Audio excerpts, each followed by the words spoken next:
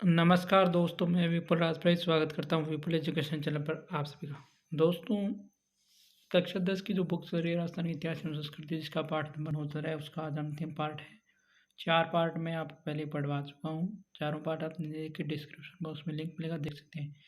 5वां पार्ट आज मैं आपको करवाऊँगा और इसी के साथ मैं आपको इसके सारे प्रश्नोत्तर करवा दूँगा और उसके बाद हम 10वां पार्ट और 11वां पार्ट भी करेंगे।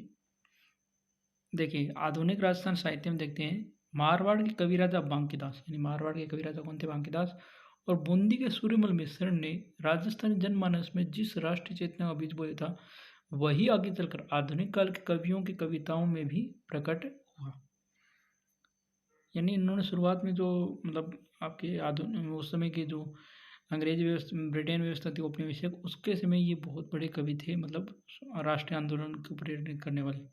इनके साथ जैसे हिंगलाजदान कवियाँ और शंकोरदान सामोर का नाम भी लिया जाता है, ज़रूरी है। आधुनिकता का संबंध केवल केवल काल से नहीं, अपितु विचार और सोच से भी होता है। यानी ये नहीं कि आधुनिक काल का मतलब उस समय की सोच कैसी हो, आधुनिक सोच और विचार और सोच से होता है। जीवन को देखने और समझने के वैज्ञानिक दृष्टिकोण और यथार्थपरक दृष्टिकोण ही आधुनिकता की विशेषता है। यानी आधुनिकता की विशेषता क्या है कि जो भी चीज़ हम देखें और समझें उसको वैज्ञानिक दृष्टिकोण से और यथार्थपरक दृष्टिकोण से ही देखना आधुनिक की विशेषता है। कवि उमरदान की कविताओं में संवत 1956 के काल से दुख दर्द दुखी जनता का मार्मिक चित्रण किया गया। साथ ही जो पाखंडी साधुओं को बेनकाब किया गया। रामनाथ कविया ने द्रौपदी विनय से नारी चेतना को जागृत किया। ठीक है।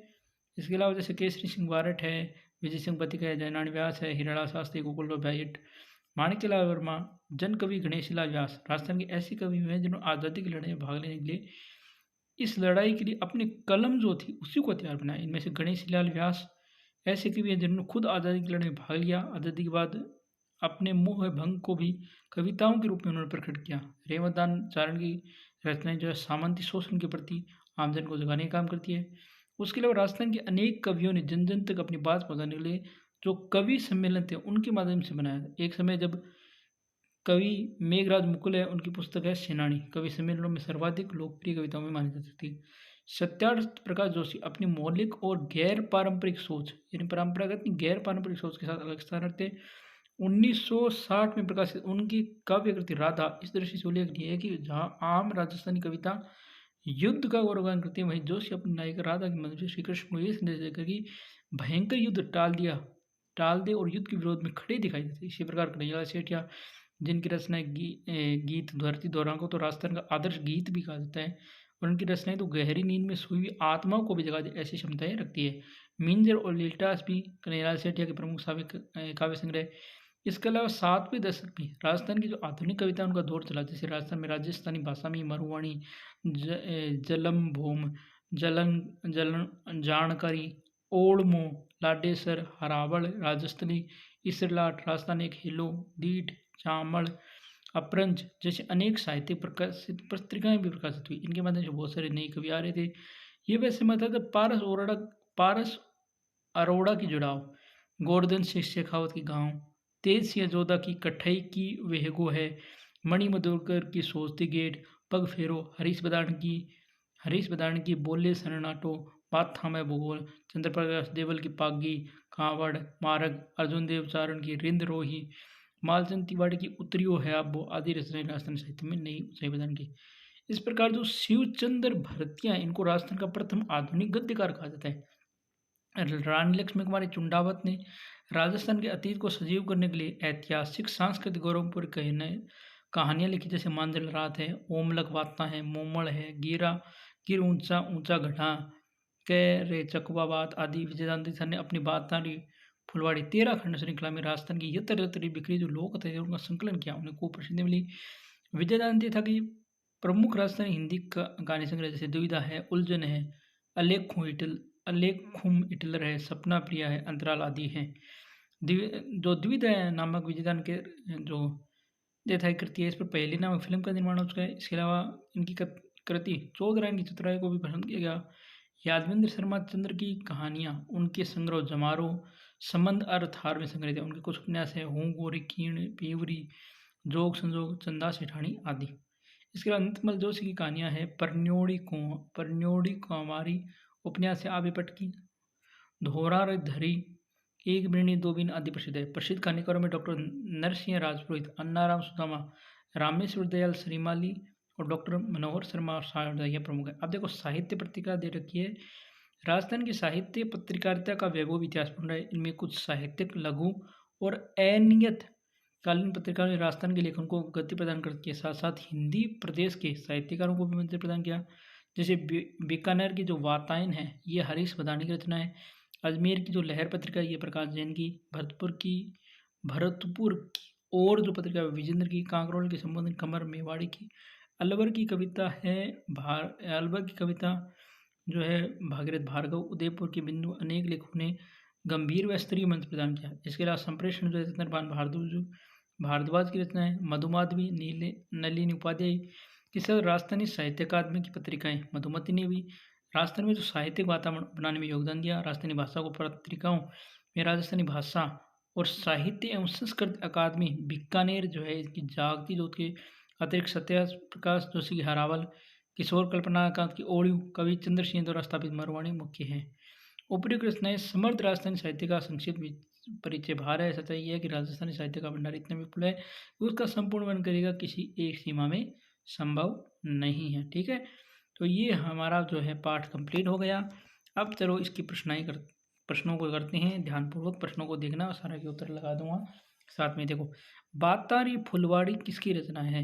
मालचंद तिवारी, लक्ष्मी कुमारी, श्रीलाल व्यास, विजयदान दत्ता। तो अभी हम पढ़ के आए थे बातारी फुलवाड़ी जो है विजयदान दत्ता की रचना है। तो डी जो है इसमें लगा लेना आप, डी उत्तर। ठीक है, डी उत्तर मैंने लगा दिया, आप डी उत्तर है इसका पहले का।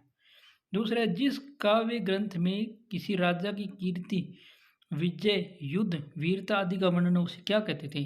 रूपक कहते थे, रासो कहते थे, विगत या वैली? तो इसको कहते थे रासो। रासो साहित्य जब आप देखोगे, थोड़ा सा ऊपर चलता हूँ मैं आपको, आप दिखा देता हूँ। रासो में क्या था ये देखो, किसी राजा की कीर्ति, विजय, युद्ध, वीरता आदि का वर्णन उसे रासो कहते हैं। और यही प्रश्न पूछा गया था कि किसी राजा की कीर्ति, विजय, युद्ध आदि का वर्णन उसे क्या कहते हैं? रासो। ठीक है, फिर प्रश्न पूछा गया पूर्वी राजस्थान की दो बोलियों के नाम लिखो। देखो, बोलियां हमने सबसे पहले पढ़ी थी, तो आपको पूर्वी राजस्थान की दो बोलियों के नाम बताने हैं। पूर्वी राजस्थान की दो बोलियों के नाम बताने, ये देखो यहाँ से लिख देना, ढूंढाड़ी और हाड़ौती। ठीक है, ढूंढाड़ी हाड़ौती उस पहले प्रश्न का उत्तर है। ठीक है, क्या लिखोगे? ढूंढाड़ी और हाड़ौती। झामल से आप क्या समझते हैं?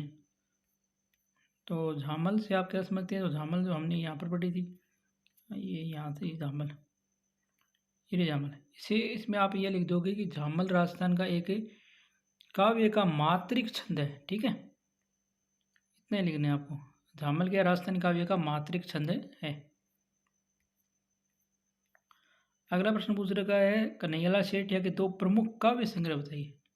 इन दो रचना आप बता सकते हो, जैसे एक तो धरती धोरारी उनकी कविता है।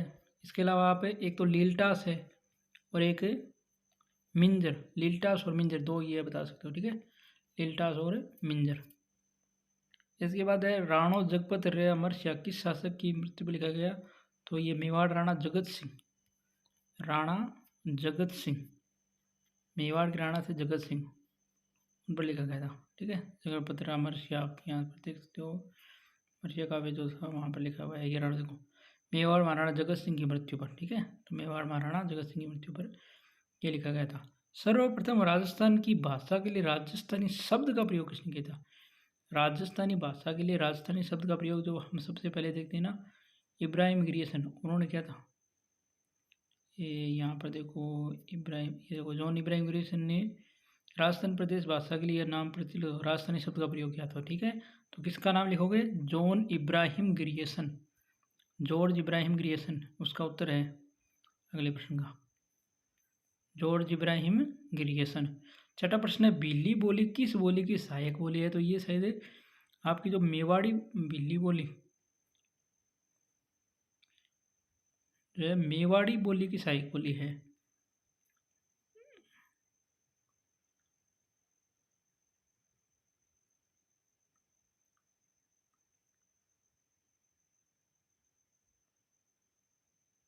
ठीक है। तो मेवाड़ी की सहायक बोली है भीली बोली।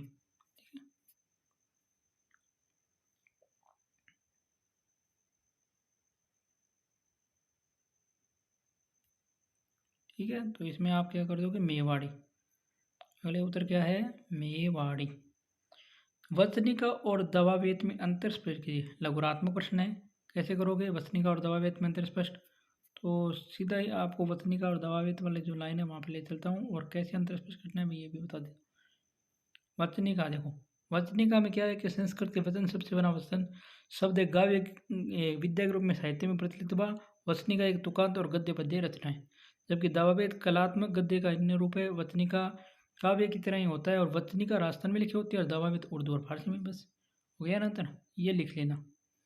ये आपके दूसरे प्रश्न का उत्तर है, लघुरात्मक का।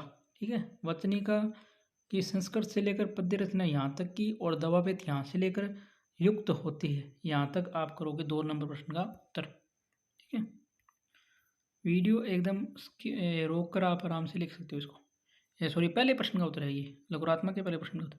दूसरा है मेवाती बोली पर टिप्पणी लिखिए। दूसरा प्रश्न है मेवाती बोली पर टिप्पणी लिखिए। तो मेवाती बोली जो है आपको इसमें लिखना है कि एक तो मेव जाति का अधिकीकरण अलवर भरतपुर क्षेत्र में मेवात क्षेत्र कहलाता है, यहाँ की बोली मेवाती है, और हरियाणा के क्षेत्रों का प्रभाव पड़ा और ब्रिज भाषा का प्रभाव पड़ा। ये दूसरे प्रश्न का उत्तर है। इन लाइनों में आप वीडियो रोककर इन्हें नोट कर सकते हैं। तीसरा जो प्रश्न है उसकी तरफ चलते हैं। तीसरा प्रश्न है विगत और वेली में अंतर स्पष्ट कीजिए। विगत और वेली में आपको अंतर बताना है। तो ये देखो, विगत तो ये है, विगत से किसी विषय का विस्तृत विवरण प्राप्त होता है, इतिहास के दर्शक शासक और उसके परिवार राजनीतिक सामाजिक वर्णन मिलता है। ये तो हो गया आपकी क्या, विगत। वेली, वेली छंद मिल के विविध रूप में धार्मिक ऐतिहासिक रहे। तो ये लाइनें आपको इसमें वेली, विगत और वेली में अंतर बताना है इन लाइनों के बारे में। ठीक है, अगला प्रश्न करते हैं। चौथा प्रश्न है आधुनिक काल के राष्ट्रीयता से ओतप्रोत कवि व उनकी रचनाओं पर प्रकाश डालिए। ओतप्रोत, राष्ट्रीयता से ओतप्रोत कवि में जो बहुत आ जाएंगे, जैसे बांकीदास है, सूर्यमल मिश्र है, इनकी कई रचनाएं आप लिख सकते हैं। जैसे सूर्यमल मिश्र की जो रचना है वंश भास्कर, वंश भास्कर की रचना है। कवि बांकीदास की भी कई रचनाएं हैं, मुझे याद नहीं आ रही। इस प्रकार आप इनको लिख सकते हैं। जैसे केसरी सिंह बारट की चेतावनी राचुंगटिया है, या इस देखिए आप लिख सकते हैं केसरी सिंह बारट की भी रचना एक लिख सकते हैं, चेतावनी चुंगटिया। ये चेतावनी चुंगटिया केसरी सिंह बारट की रचना है। जनरल व्यास की रचना है पोपा बायरी पोल, पोपा बायरी पोल पोल। इस प्रकार 2 ये और एक वंश भास्कर, तीनों का आप लिख दोगे तो भी आपके लिए काम चल जाएगा। अगला प्रश्न है साहित्य पत्रकारिता पर अपने विचार करिए। साहित्य पत्रकारिता जो लास्ट में दे रखा है ना, ये यानी आपको लिख देना है कि राजस्थान की साहित्य पत्रिका में, अब ये जो नाम है ना बीकानेर की वातायन, यहाँ से ये बीकानेर की वातायन से शुरू लेकर आप ये मतलब योगदान, नलिनी उपाध्याय साहित्यिक वातावरण बनाने में योगदान दिया, ये आपको इस प्रश्न का उत्तर है। ठीक है, इसके बाद आपकी है निबंधात्मक प्रश्न। देखो, राजस्थान की बोलियों और उनके क्षेत्र का वर्णन कीजिए। तो उसमें तो आपको सारा वर्णन करना पड़ेगा, विभिन्न बोलियों का, जितनी भी बोलियाँ हैं नहीं था उन सब बोलियों का वर्णन। लेकिन मैं आपको ये बता दूं कि इसमें आप क्या करोगे, जैसे मारवाड़ी आपने लिखी है तो मारवाड़ी की कौन कौन क्षेत्र है वो लिख देना, मेवाड़ी के क्षेत्र, ढूंढाड़ी के, इस प्रकार आप क्षेत्र लिख कर और कोई उपबोलियाँ हैं तो वो लिख देना। ठीक है, ये उसका प्रश्न होता है। दूसरा प्रश्न है राजस्थानी भाषा आधुनिक साहित्य पर लेख लिखिए। तो आधुनिक साहित्य जो हमने किया पढ़ा है ना आज वाला, पूरा आधुनिक साहित्य, इसको पूरा आप लिख सकते हैं। तो ये मैंने आपको पाठ और प्रश्न उत्तर करवा दिए हैं। कोई भी डाउट हो तो कमेंट कर देना। तो ये था वीडियो। अगर वीडियो पसंद आए तो लाइक शेयर कमेंट करें। चैनल पर पहली बार नहीं, अभी तक चैनल को सब्सक्राइब नहीं करके चैनल सब्सक्राइब करके बेल आइकन जरूर दबाएं। धन्यवाद। जय हिंद, जय भारत।